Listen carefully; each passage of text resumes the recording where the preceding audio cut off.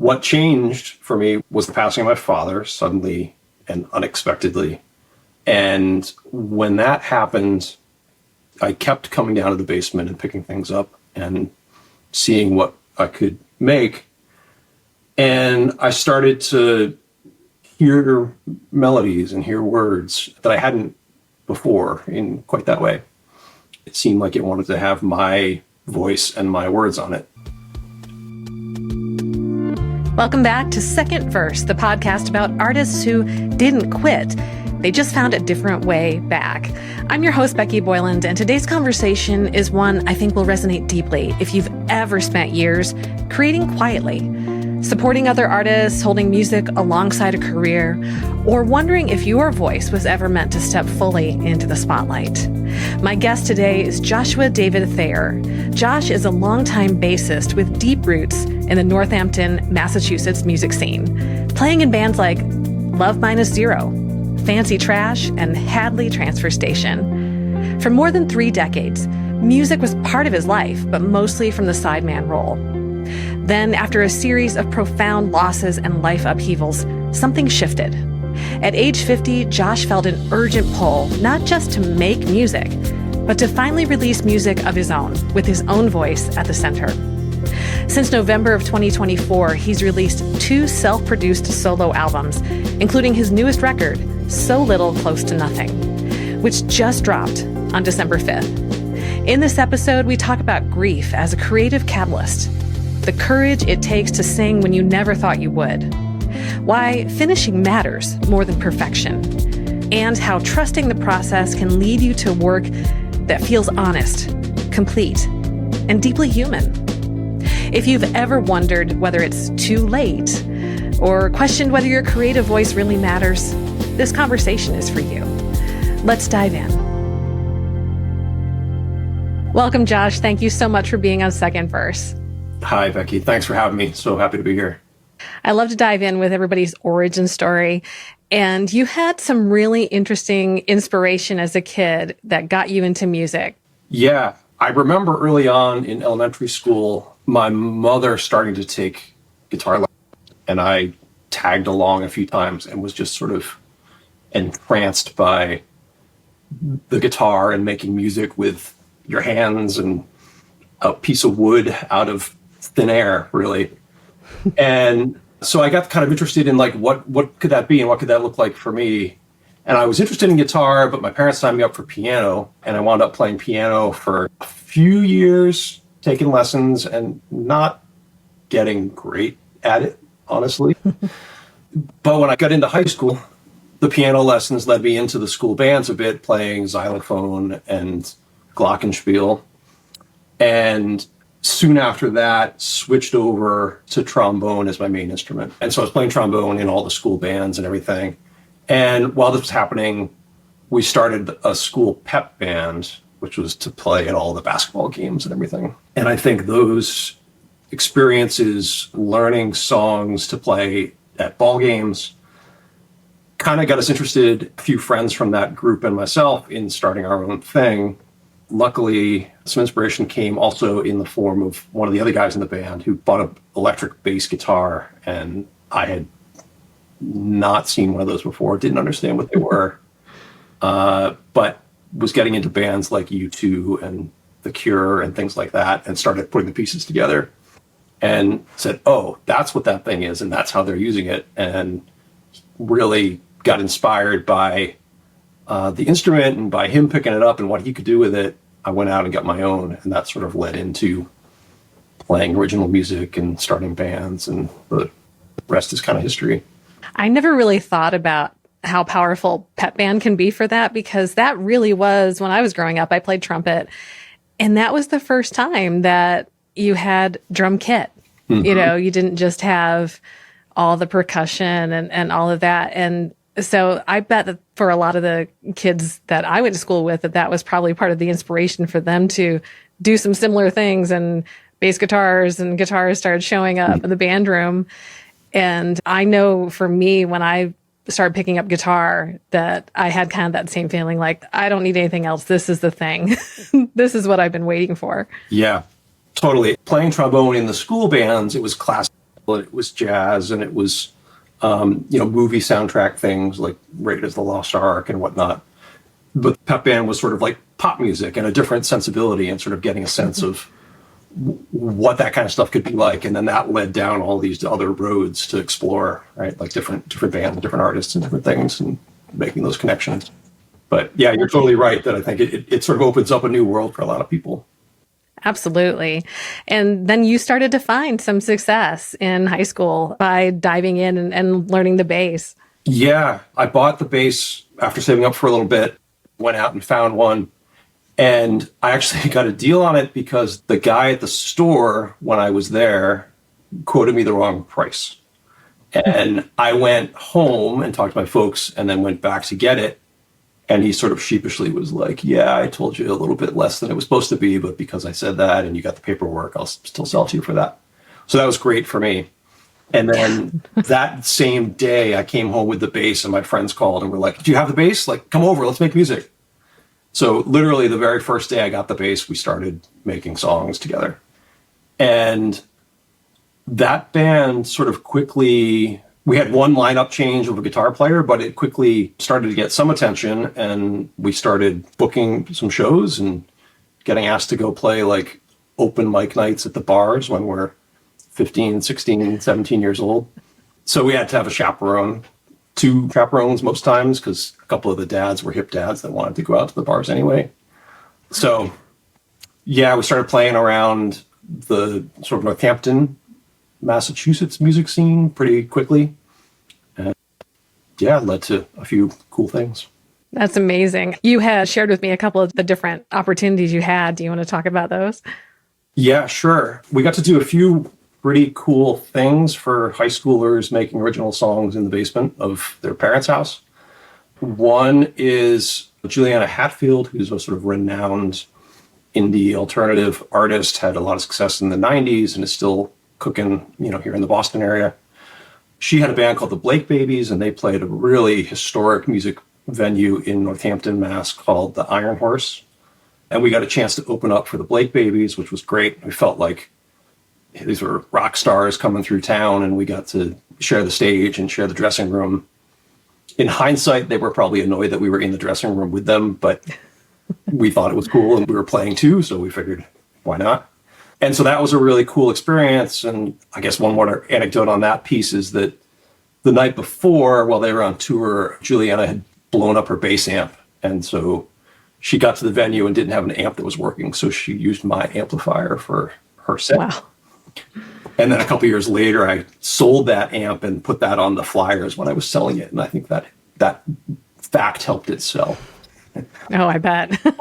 And then the sort of high profile show to mention was, there's a band that people are probably familiar with called Four Non Blondes that had a big hit called What's Going On. They came through town, and because we had a good relationship with the folks booking these venues at this point, we got to open up for Four Non Blondes at a venue called Pearl Street, which is also another sort of historic but now sadly defunct venue in Northampton.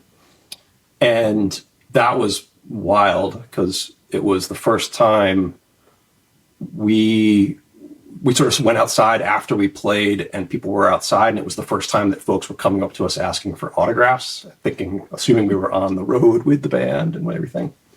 So that was really kind of an interesting, again, like we're 15, 16, 17 years old and opening up for this national act at sort of the height of their success.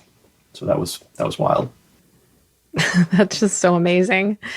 So this was something, though, that you felt early on was still just going to be maybe a dream to chase, but not necessarily something to achieve. Yeah. When you're a high school kid making songs in the basement and you're watching things like U2's Rattle and Hum documentary and things like that, you of course think, oh, that would be awesome to be on these big stages. And sometimes you have this idea like, oh, we just need to send out demo tapes, and like when we play a show, we play it really great, and an A&R person's going to happen in and see us, right? And so there's those little bits of dreams and things, but I don't think we ever thought, oh, we're going to be musicians in a band forever, and this is going to be our future. Even at a young age, you sort of know, like, this is an experience for now, and grow up and you move on, and you need to go do other things. Yeah, and I think that's a really, or it was an important way to look at it at that age. Stay in the moment, really, and recognize that this is a very, very cool experience. But those were still the days where somebody could happen upon you and maybe get you into the industry, but it wouldn't be that many years before that whole thing would change. Right. Yeah. To put a timeline on things, this was 1990, 1991. It was sort of pre-Nirvana, like Nirvana hadn't broke. And when they came along, they, of course, changed everything in the music world. And so it's funny, like in high school, you do it. Then we were college age when the grunge scene happened, and it did seem like people were out, rolling across the United States looking for bands to sign as fast as they could to get them out and processed into the world.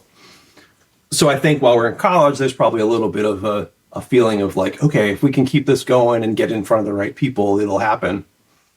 And then you sort of see as time goes by and you need to get jobs and you need to do other things, and the wherewithal diminishes a bit over time, right?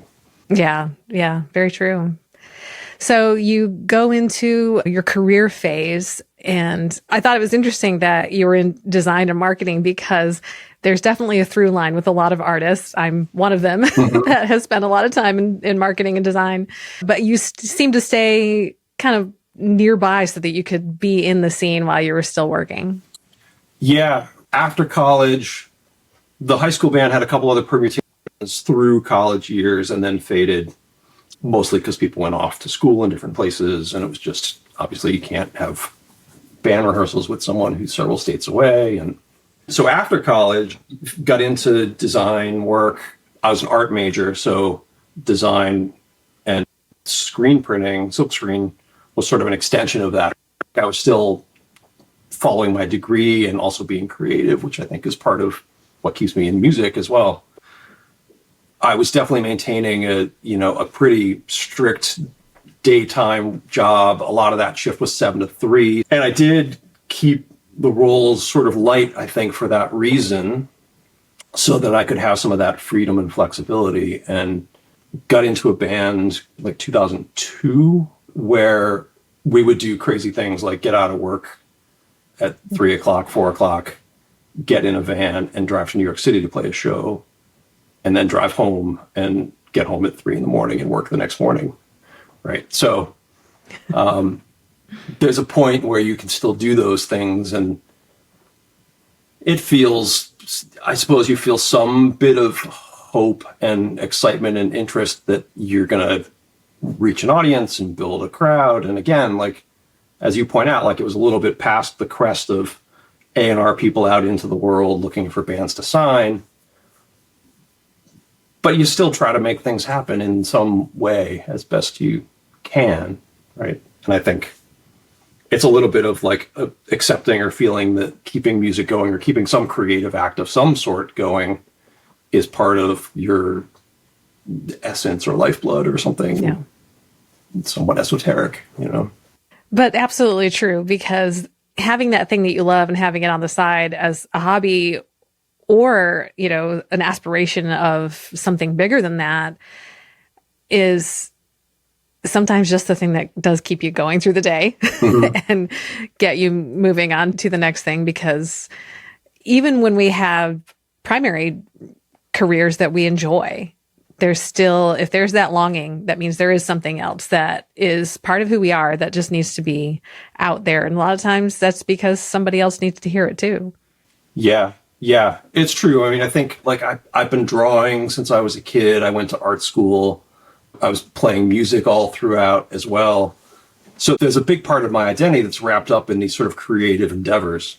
And I think, obviously, you look at my career and it's been also trying to find ways to bleed that into the day as much as possible, right? And working in design and working in creative, and then finding ways to do things like, oh, we're making a video and we need some music. Let me see if I can make a little piece of music to put underneath. It's just ways of trying to turn the thing you love into something that's going to also be part of your career and your income.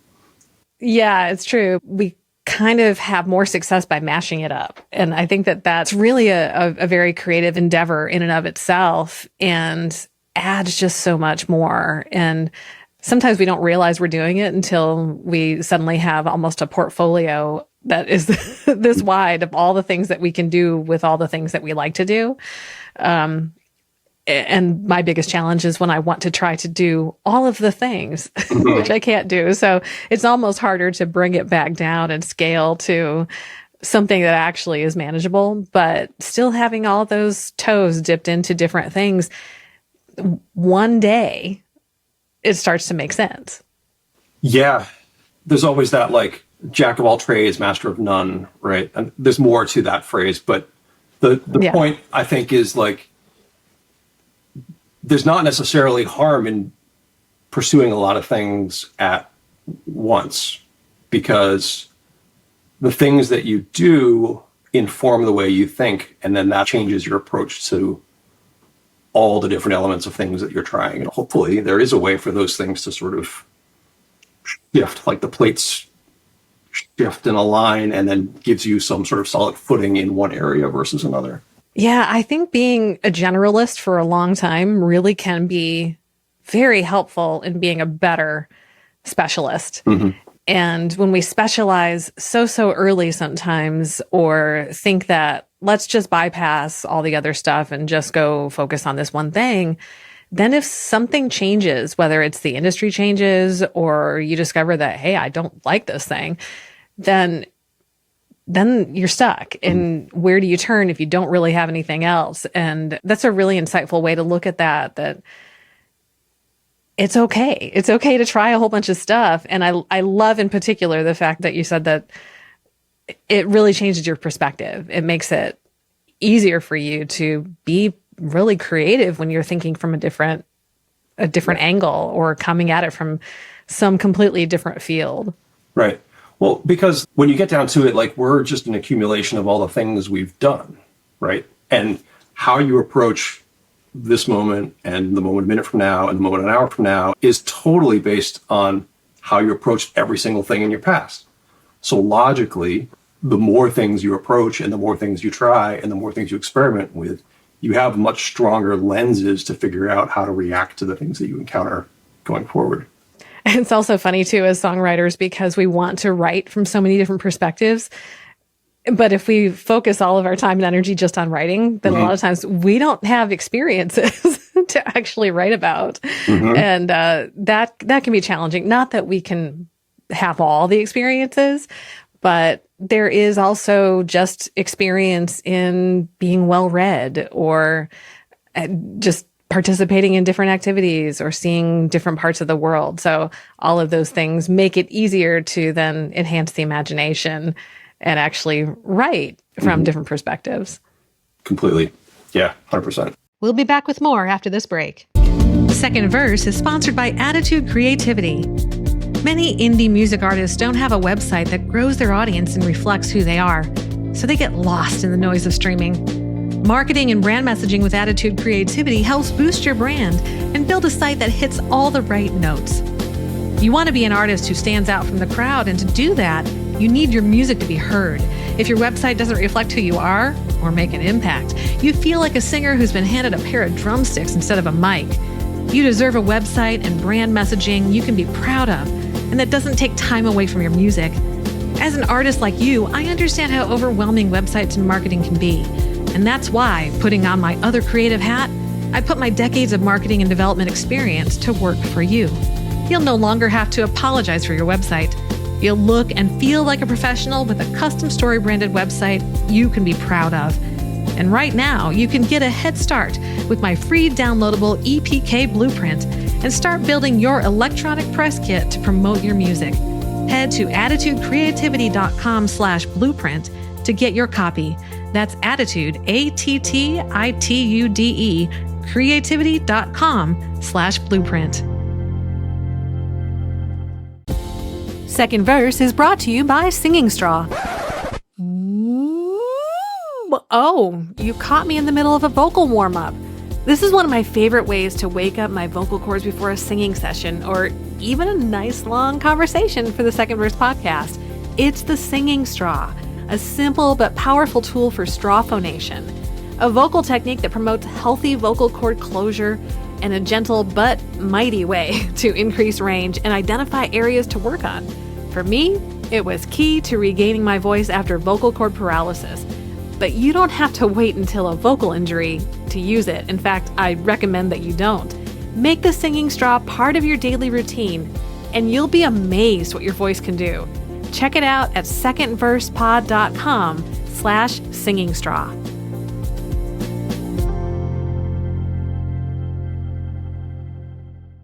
You have sort of this big catalyst then that changed from having music on the side to music on the side plus, because we'll talk about that later, how you view your music right now. But there was something that changed everything. So talk about that transition.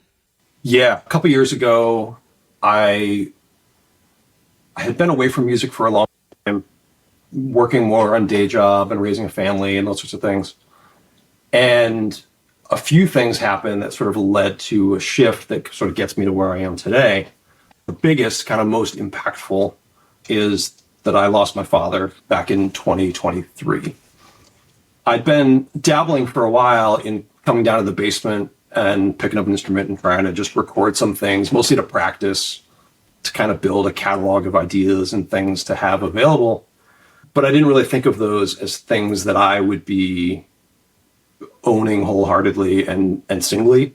I didn't think of them as things that I would be adding my voice to, because I had never thought about being sort of a front person, a singer, kind of sharing my sort of deep personal thoughts out to the world in any way. Some of that I think was just being a bass player for so long. But what changed for me was the passing of my father suddenly and unexpectedly. And when that happened, I kept coming down to the basement and picking things up and seeing what I could make. And I started to hear melodies and hear words that I hadn't before in quite that way. And so I had this batch of material that sort of surfaced from the pool of stuff that seemed like it wanted to be together. And it seemed like it wanted to have my voice and my words on it. And so I really just sort of started to tug on that a little bit. It was kind of terrifying at first, accepting like, okay, I'm going to try to sing on this thing. I had no background in that, had no experience with that. And I just turned on a microphone and said, no matter what, I'm going to get to the end. And I tried one and it wasn't terrible. It wasn't super embarrassing. So I tried another and kind of just kept going. And that led to pulling together a solo record of 12 songs for the first time. That's just so incredible and such a powerful way to channel what was all coming up for you in your life. And I just think that's so amazing that was really a new chapter of something that had been a companion. You know, your music had been a companion your entire life, and this was just a new expression, a new chapter. I love that you kind of wrestled with that personal feeling of, I don't know if this is going to be any good, but I'm just going to do it. And I think there are a lot of people, a lot of artists or aspiring artists who think they're pretty good, but aren't willing to get through it and get to the end and want to overthink it and then just don't have, something finished. So that's just such a really kind of beautiful picture of the process that you went through. And I know that you have a kind of a unique creative process. Yeah, I mean, I guess it's unique. I'm spending all my time basically down here by myself. And I sort of work through a real sense of discovery. I don't really have any preconceived ideas when I sit down. And I'm not doing things like sitting in a cafe with a notebook trying to catch my lyrics. For me, the act of creation is about creating and reacting almost entirely. And the recording and writing processes are fully intertwined. At least they are right now. I'm not saying that will always be that way, but what I end up doing for the most part is in the evenings after the kids go to bed, come down, pick up an instrument, noodle around a little bit and find something that's interesting, and then arm a track and start recording and seeing what happens. And from there, I really just build and respond and react and listen and listen and listen and see what emerges out of that. I make a lot of playlists and load them up on SoundCloud and drive around and listen, or go for a walk with headphones and my iPhone and listen until I hear things, right? I'm really not trying to force myself into the material. I'm trying to let the material present itself and then capture that in sort of the most honest way that I can. And that's true for all the instrumentation, lyrics, melodies, everything is sort of arriving in a lot of ways. And I think of myself as sort of channeling that more than anything. And it kind of sounds like the process of really working with a traditional band in a way. You're reacting and responding and playing with whatever kind of comes out in the session. It's just that your session gets a little bit longer, I imagine, because you are the band. But it's such a really retro but also original kind of way to do it, and almost analog, but analog in a different way, because it's I'm assuming traditionally, rock band type of instrumentation, which I really, really dig. And I think that's a very authentic way to do that, and builds on all of those years of experience that you have, even though you're doing something that's completely fresh and original now in this process. Yeah. My history is all in rock, obviously, as we've talked about. And so I really think about when I'm putting stuff together, I hear things in that frame of mind, right? Is there bass here? Is there guitar here? Is there some keyboard thing? How are they going to fit together, and who does what when? And a lot of that is what's driving the sort of arrangements and flow of the songs from start to finish.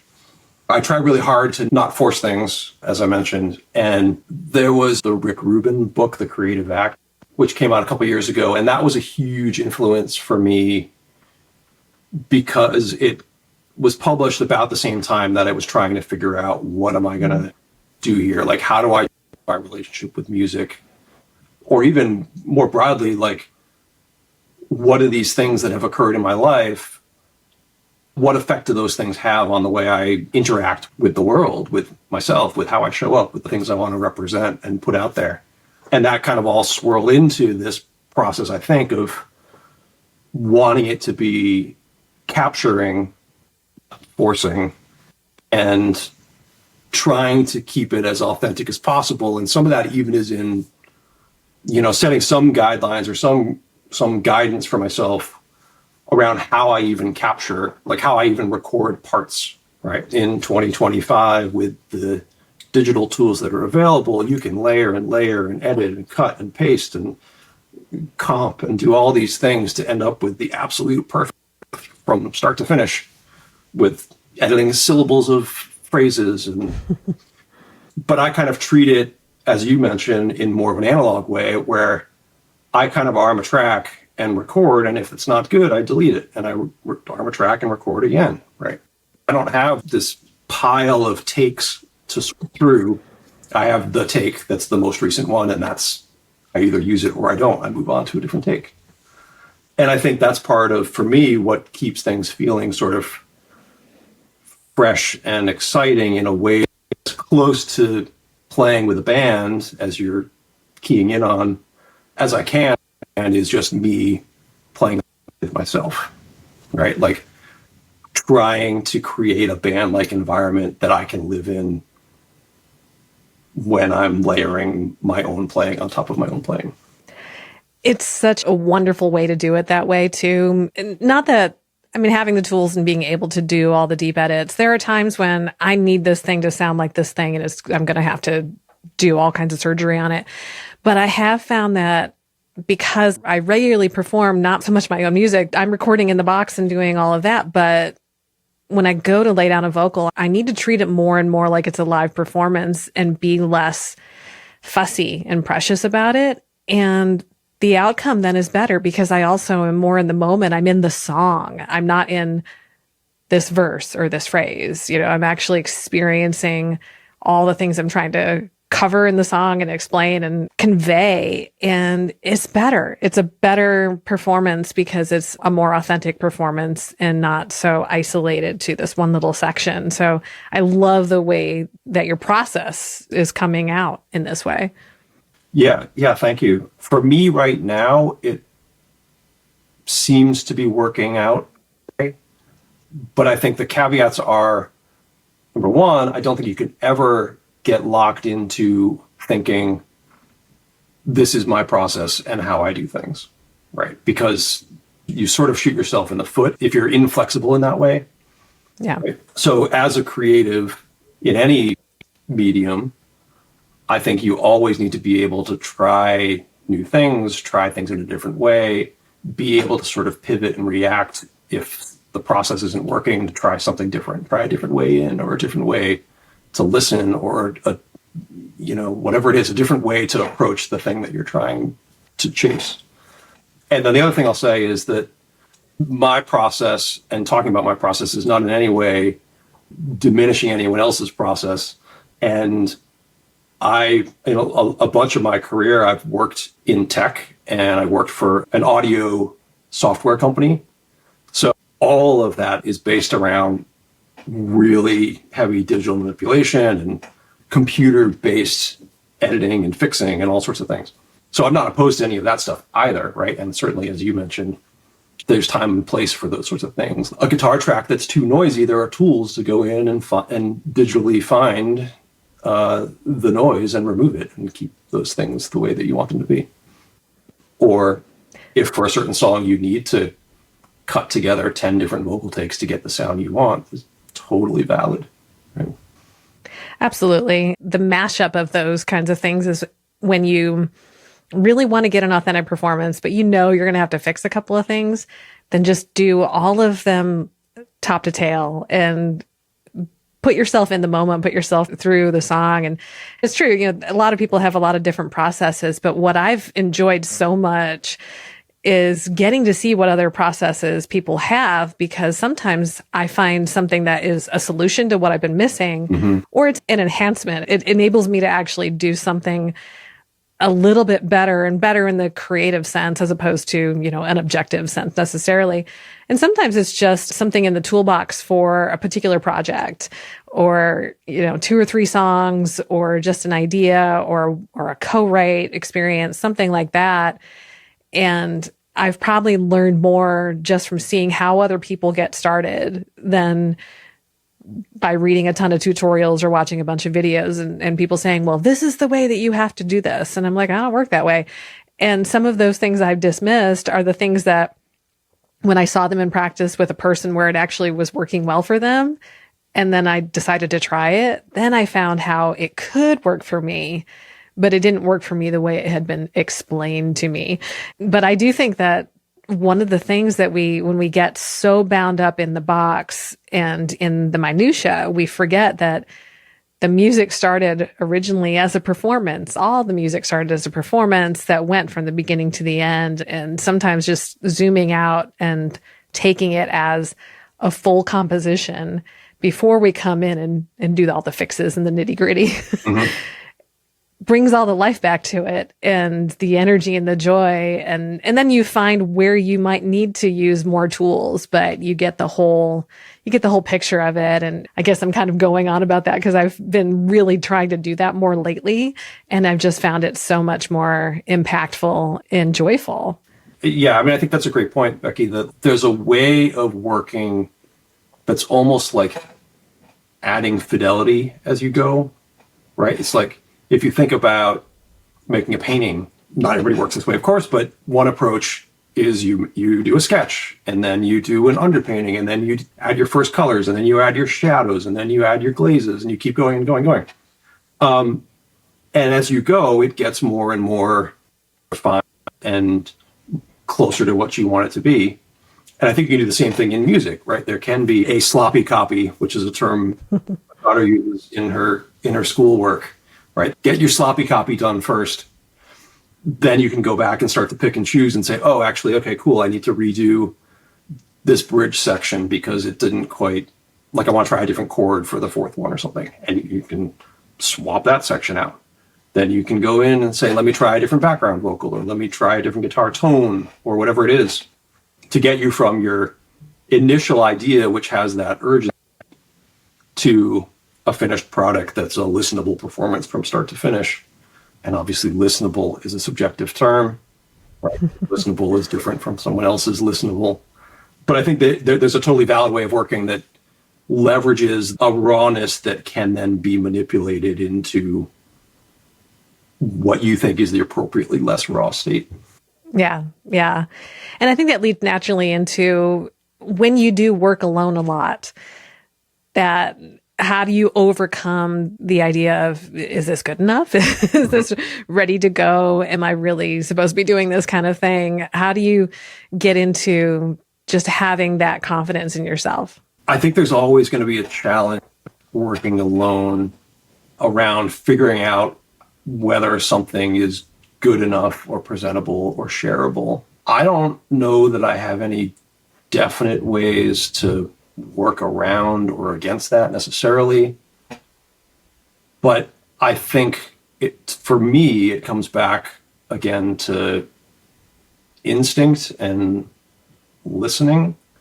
I try really hard to let the material speak to me. So the way to do that for me is, again, put headphones in, put it on the car stereo and drive around and just listen and on repeat, to see what you hear the material asking for.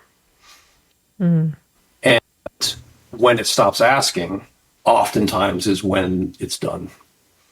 Sometimes that's not true, though, because sometimes your material, for me, the songs may stop talking for a little bit because I'm not ready to the next piece of the conversation.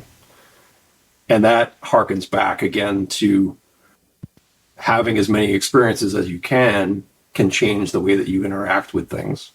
And so you might work on something up to a certain point, and if you're brave enough to set it down when you're not feeling the same urge about it, go off and have other experiences, travel, read, watch a movie, read a book, eat something in a new restaurant, and then come back and listen again and see if those new things have changed the dialogue with that piece of material. And I think more times than not, you come back and there's something to be added. I love that picture that the music is asking for something. That is such a beautiful thing, because I think a lot in terms of when it stops bugging me, then it's done. But there are those times when I've had, probably even more recently too, where I have a song that I feel like it's pretty much done, and then, oh no, there's another sound. I can picture this other sound. Mm-hmm. And then when I add it, I'm like, oh, yep, that's what was missing. And so I think that's really, really beautiful. And I've talked a lot on the podcast about collaboration and working with others, which of course is very powerful. And you've done a lot of that. But when we do work alone, there's so much value to all these different modalities. It's, I think, really good and healthy for an artist to also do some work on their own. And even if it's just a song here or there, or a full project or whatever it is, and that culmination of those experiences that you talked about of being out in the world and doing other things and having interests and knowledge and experience in other things will help you to have the ear, because it comes back to your ear. And if you have an ear that can recognize when you're on par with what you're chasing, then you don't have to overly question. Obviously, you can find others to kind of confirm your thoughts later down the pathway, but it will help you to actually continue the project and take it to completion and not just question yourself or be paralyzed by that. So much gold there, so many nuggets. Yeah, and I think it works in the opposite direction as well, right? That like spending time by yourself and learning and experimenting and trying things then changes your relationship with a band experience, as an example, or a co-write with someone later on. Because I know I keep coming back to sort of a similar sort of sentiment, but like who you are after you've tried these things is different from who you were before you tried those things. So what you bring to the table in a new environment is going to be different naturally. And so you bring up a great point that like, even if you just do small projects on your own, it's absolutely going to inform the other things that you're trying to do with your creative output. Yeah, you have more to bring to the table, and it's not just a list of phrases and, and thoughts and ideas, but actually hearing sounds and recognizing, oh, this could work here, or let me try this kind of thing, and just a sensibility of the experimentation and the wonder of what could we do? What could this be? I like that a lot. I think that's really great. You told me that with technology, you know, in some ways it's easier, obviously, because we can do all of the editing and all of the enhancements and wild things. But in other ways, it's harder to be an independent musician at this stage. And I think that's just so absolutely true. Why don't you talk about that? As a creative and a musician in 2025, where we find ourselves, there's obviously so much technology at our fingertips and at our disposal that can help us in different ways to sort of create and build and distribute and all these sorts of things. And on the one hand, you really can reach out to so many new outlets and new places and new people through things like social media, obviously, and making music distribution sort of available for everyone through tools like DistroKid or CD Baby to get onto streaming platforms and things like that. But at the same time, there's so much noise that it's really difficult to find an audience that persists, right? And an audience that will pay attention and come back and give spins and be ready for your next thing. I'm not really sure, like most people probably, what the answer is to work around or through that necessarily.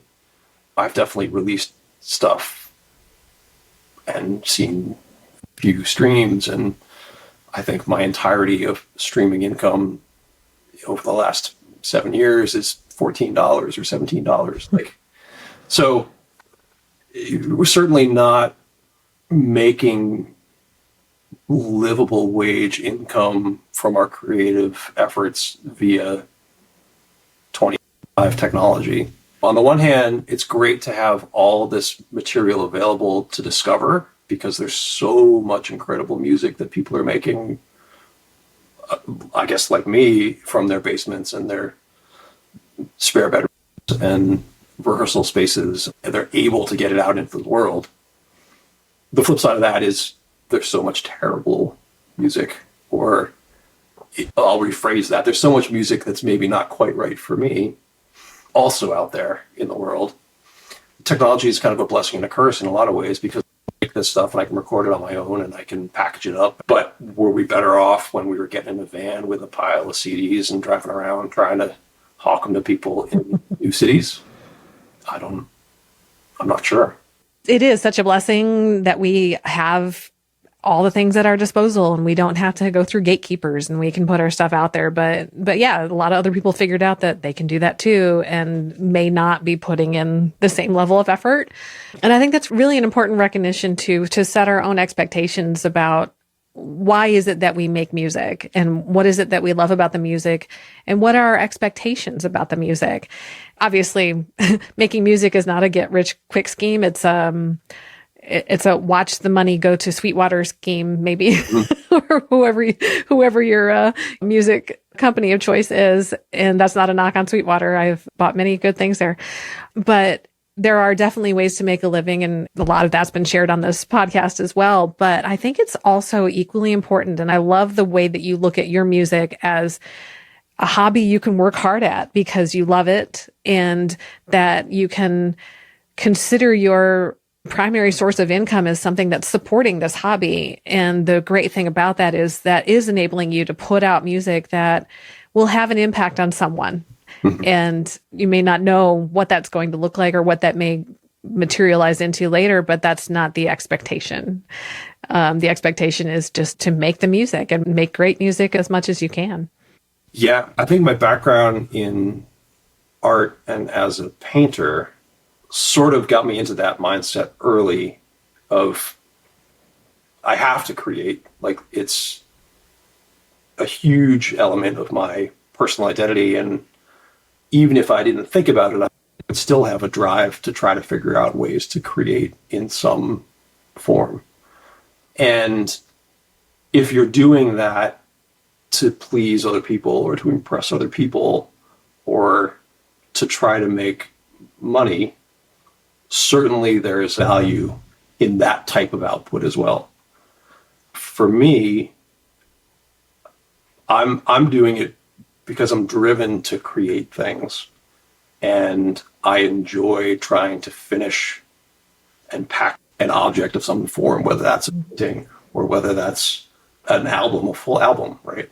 I enjoy that process of crafting something and then figuring out how I turn that into something that heads out into the world in some way. And my marketing background and my design background feeds into that as well. So I get to a point with my material where I spend all this time down here, like creating and picking up guitars and editing things and trying to figure out what's what. And then I sort of flip and I say, okay, cool. Now I got to make some artwork and I got to figure out what I'm going to do on the social media channels. And I got to figure out where I'm going to put for distribution and which ones I'm going to use and which ones I'm not going to use, because there's some that I'm not using. And I think that's what it's about for me, is that sort of end-to-end creative project that also is satisfying to me personally as a creative, as a writer, and as a listener, to craft something that's sort of package and say, here, world, here's a thing that didn't exist before. And that, for me, is enough. And my job is not music, but my job allows me to pursue those things in a way that feels authentic. That's awesome. And so important, because if we don't have something that we can support alongside while we get to where we're going, and maybe getting to where we're going looks exactly like continuing to have those two things coexist, they still have to feed each other and empower each other. And I think that's super important. So let's actually dive into your current project, your current album, and share a little bit more about that and some of the other projects that you have existing and in the works. As we speak, I'm about to release my second record, which will come out December 5th. It's a record called So Little Close to Nothing. This is my second solo record. And this has been kind of a journey that started when I began releasing music on my 50th birthday. I had been working on some material, and then while I was waiting for a drum session to have a friend of mine come replace some of the computer drums with live drums, I was coming up on my 50th birthday, and I woke up one morning and got inspired, and a whole song came out sort of suddenly. And it was a week before my 50th. And so I quickly sent that to a friend to mix it and sent it to somebody else to master it, and then released that as my first ever solo material on my 50th birthday. So that was the start of sort of this whole new chapter of presenting myself to the world as a solo music act. And so since then, the material that I was working on around that time became my first record that was released in November of 2024. It's called It Will Still Keep Feeling Rough. That record, a lot of the material really deals directly with a number of changes, but the loss of my father at the time fed into that process and that material and that songwriting. I'm now putting material out on my birthday. So birthday this year, which is the beginning of the year, I released a single with a B-side, which is sort of old-fashioned concept, I suppose, as a digital release, but put out a single that was a track that I had taken off of the record. So I had a leftover, and then I did a new acoustic version of one of the songs from the record, and that became my birthday single this year. And then since then, I've been working on this new record, which I guess to characterize it a little bit, I think where the first record was finding and sort of discovering my voice as a musician, both literally and just creatively and figuratively.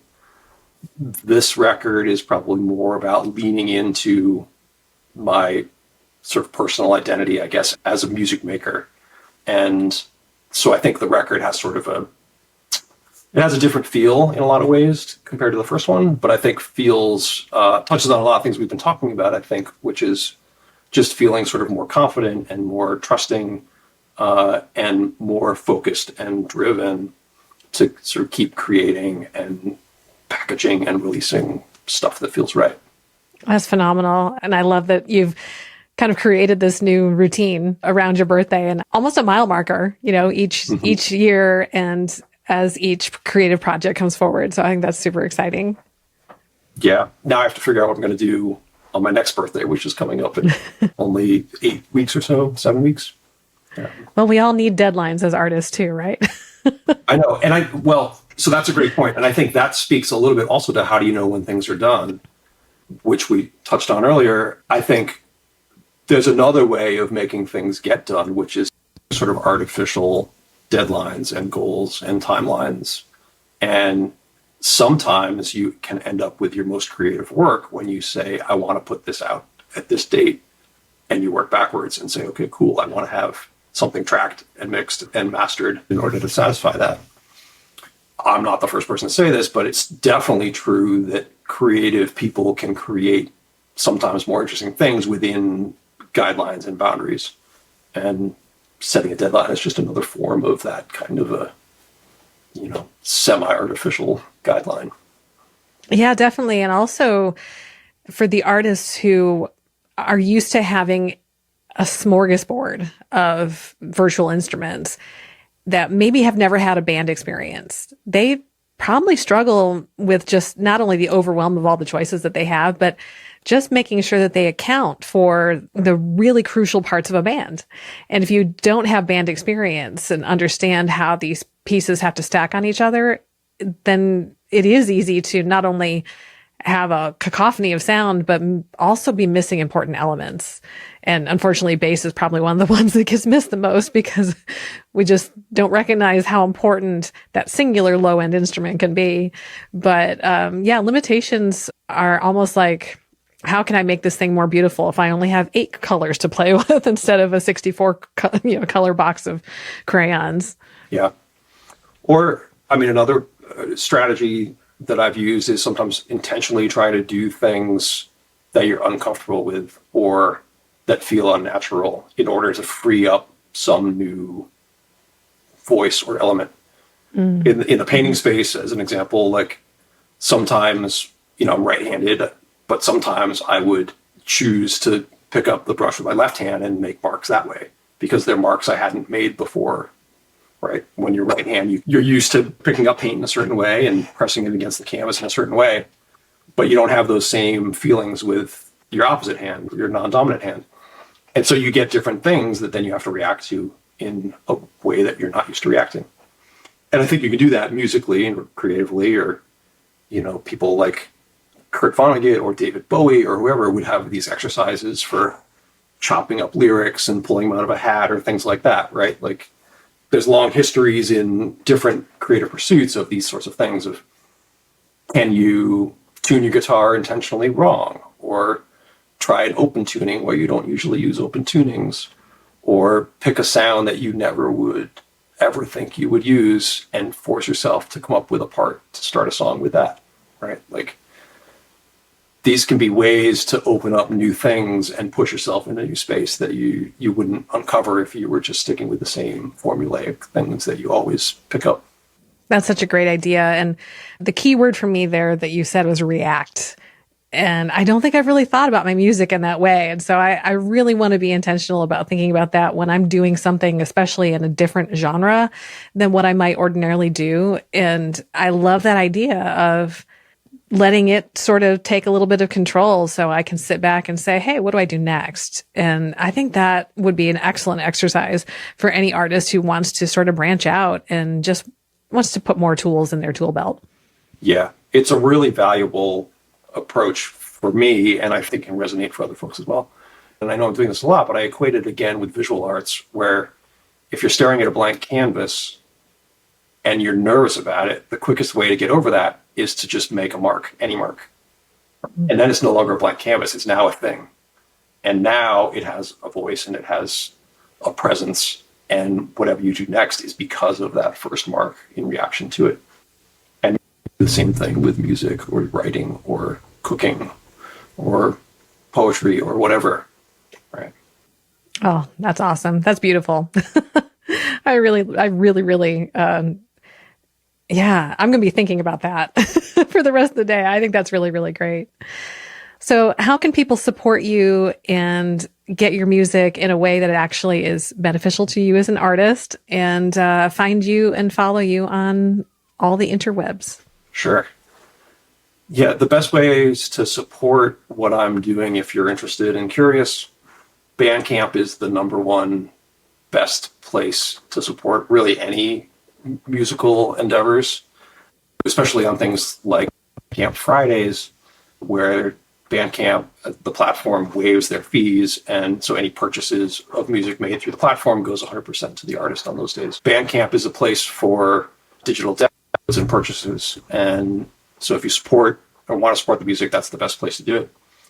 If you like streaming and just listening to things through a platform that you are already using, Tidal is probably the best platform there. They have some of the best streaming payers of any of those providers, and it just supports independent musicians a little bit better than some of the other options. On the social channels, I mostly post to Instagram, which then cross-posts a lot of times to Facebook, and both of those just use my full name, which is what I use for all of my music, which is Joshua David Thayer. So you can find me on Instagram, Joshua David Thayer, and on Facebook, Joshua David Thayer. I do have a website, although, like many folks, I'm probably a little lax in keeping that up to date and on sort of current and fresh templates and whatnot. Even though most of my career has been spent in building and maintaining websites, I'm terrible with my own.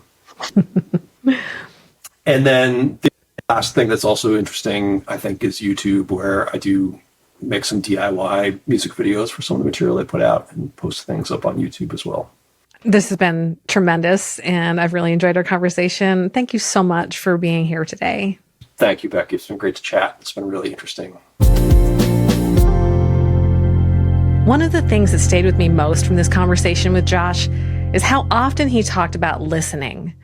Not just listening to music, but listening to what the work itself is actually asking for, and then reacting to it.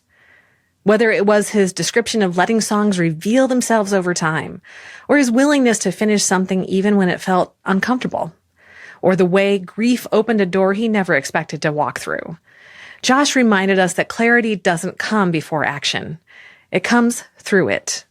From a StoryBrand perspective, this could be you moving from your role of self-hero to becoming a guide and to following the music that has been put in front of you so that you can make a difference in the world.